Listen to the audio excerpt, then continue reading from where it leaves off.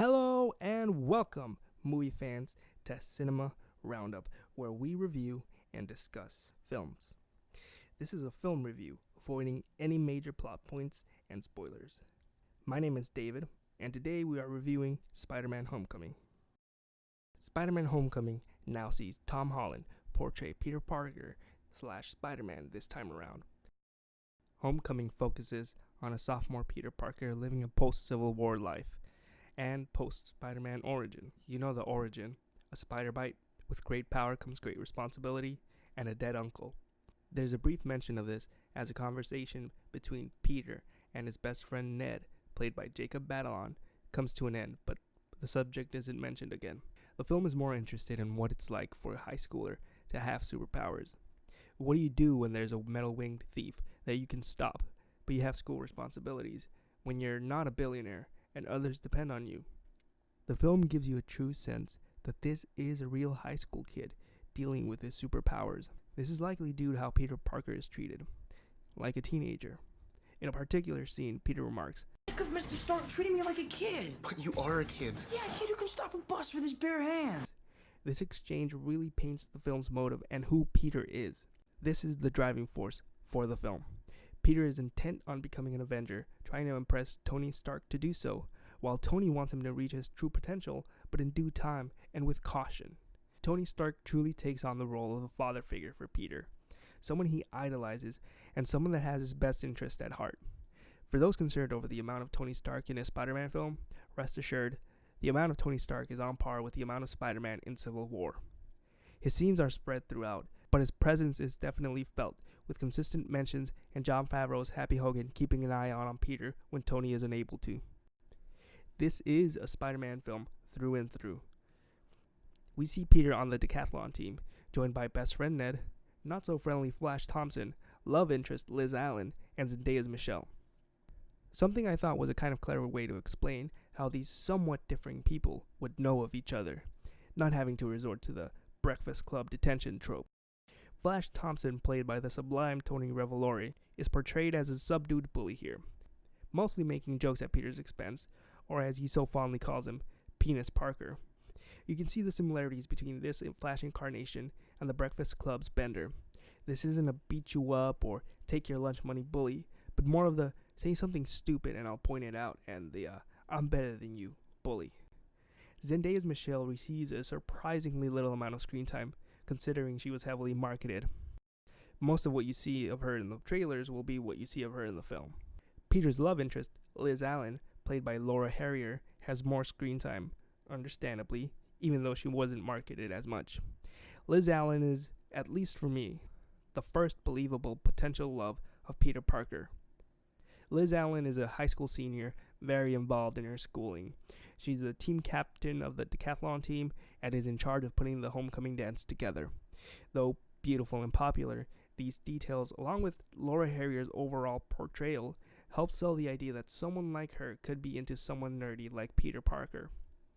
Tom Holland plays Peter Parker with a vulnerability and an earnest heart, bringing the character an endearing quality not seen since the first Spider-Man.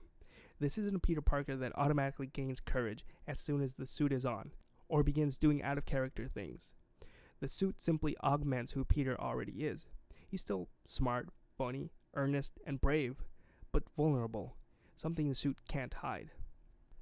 He's not perfect when he's Spider-Man. He fumbles and makes mistakes. Criminals get away. Sometimes he gets in the way. Sometimes he just knocks himself out. But he's trying to help, and as Captain America said, he's got heart. He's still a kid. He's not Iron Man or Captain America or Thor. We really get to see how ill-prepared he is once his confrontations with the film's villain, the Vulture, begin. Michael Keaton plays the Vulture, aka Adrian Toomes. He's the obstacle Peter thinks he needs to overcome to achieve his goal, become an Avenger. Adrian Toomes isn't necessarily a villain, as he's more of an antagonist. For the most part, Toomes is a morally gray character. He isn't trying to hurt anyone. He's not trying to take over the world. He's not even trying to inflict vengeance on Tony Stark for taking his job. He just wants to make a living. He's not killing. The robberies he commits leave no casualties or injuries. The robberies are of alien technology left behind by villains during Avenger battles, and he targets small loads to stay under the radar. He deals weapons made out of that alien tech. If you think about it, his weapon dealing draws parallels to Tony Stark before the events that led to the Iron Man suit creation. But once Spider-Man begins meddling in Toomes' 8-year operation, he begins to show a darker side. A side Michael Keaton plays with a calm intensity, reminiscent of Tom Hardy's Bane. He doesn't scream or yell, he doesn't trash the place. He stands tall, holds eye contact, and commands the screen. It also helps that the Vulture's design is menacing on its own. The Vulture is truly the first well-fleshed MCU villain and Spider-Man movie villain since Dr. Octopus. Each character is out to succeed in life. It just so happens their paths cause the other conflict. These are well-written, fleshed-out characters. They aren't just caricatures moving along as the plot requires them to. They're presented as real people, and they dictate where the plot goes. All of the characters in Homecoming are well-written. The story itself is well-crafted. There are a lot of plot lines and characters. This easily could have become a mess, but they're handled very well. The stories are meticulously melded into each other. The story never drags, and it doesn't rush. The characters themselves are enhanced by the quality acting. Every line is delivered perfectly, and the subtle gestures, along with the facial expressions, give you an extra layer to these characters and make you believe what they're selling. Tom Holland and Michael Keaton bring their characters to life. A particular scene has Tom Holland as Spider-Man losing a battle, and you hear the anguish and fear in his voice, and really makes you connect with the character. All of this is brought together by the film's great direction and its director, Jon Watts. When the scene requires levity and fun, you can feel it. There are shots that instill fear, something that Sam Raimi was able to consistently do throughout his Spider-Man films. The action scenes are very well shot, really clear, none of that 23 cuts for 5 seconds. The heartfelt moments are sweet and emotional. There's a particular part where the movie goes from a light and fun scene to an intense and suspenseful one, and it's done with grace. The imagery is memorable, from the moment Vulture first encounters Spider-Man to the previously mentioned Tom Holland acting showcase scene. Jon Watts shows that this isn't just another man behind the camera simply hitting that record button, but that he's crafting a film. Spider-Man Homecoming delivers a breath of fresh air to the Spider-Man franchise and a really great film.